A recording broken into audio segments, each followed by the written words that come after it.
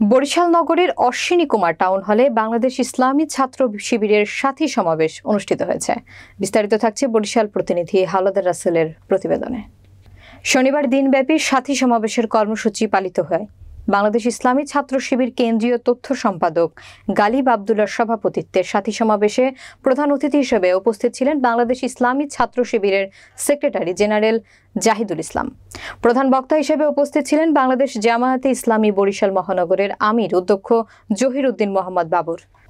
বাংলাদেশ ইসলামী ছাত্র শিবির secretary general Zahidul ইসলাম বলেন, আমরা সকলেই ছিলাম ন্যায়ের পক্ষে। আমরা দেখেছি আমাদের এই মাতৃভূমিতে 16টি বছর কিভাবে ফ্যাসিবাদ তার শিকড়কে প্রতিষ্ঠা করেছে। এই ফ্যাসিবাদের বিরুদ্ধে 16টি বছর লড়াই করতে করতে তার একটা বিস্ফোরণ গত জুলাই ও আগস্ট মাসে ঘটে গেছে। সকলেই ছিলাম ন্যায়ের পক্ষে। আমরা দেখেছি আমাদের এই মাতৃভূমিতে, আমাদের এই ভূখণ্ডে গত 16টি বছর কিভাবে ফ্যাসিবাদ তার শিকড়কে এই জমিনে প্রতিষ্ঠা করেছে। এই ফ্যাসিবাদের বিরুদ্ধে 16টি বছর লড়াই করতে করতে তার একটা বিস্ফোরণ গত জুলাই এবং আগস্টে ঘটে গেছে, আলহামদুলিল্লাহ।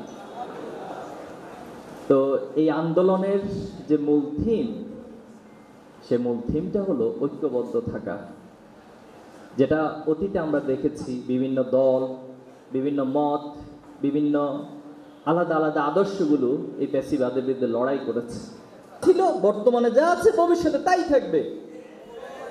আমরা চাই এই সমাজ থেকে জুলুমের আলটিমেট উৎখাত হবে। আল্লাহর এই জমিনে সকল প্রকার জুলুম নির্যাতনের মূলোচ্ছেদ করে সেখানে ভ্রাতৃত্ব ন্যায়ের সোদের উপর একটি সমাজ বিনির্মিত হবে, যে সমাজে কাউকে তার অধিকার চাওয়ার জন্য রাস্তায় নামতে হবে না, যে সমাজে দুর্নীতির জন্য কাউকে অভিযোগ করতে হবে না, যে সমাজে কোনো একজন নারী লাঞ্ছিত হবে, অপমানিত হবে, দর্শনের শিকার হবে, এরকম চিন্তায় মানুষের মধ্যে আসবে না।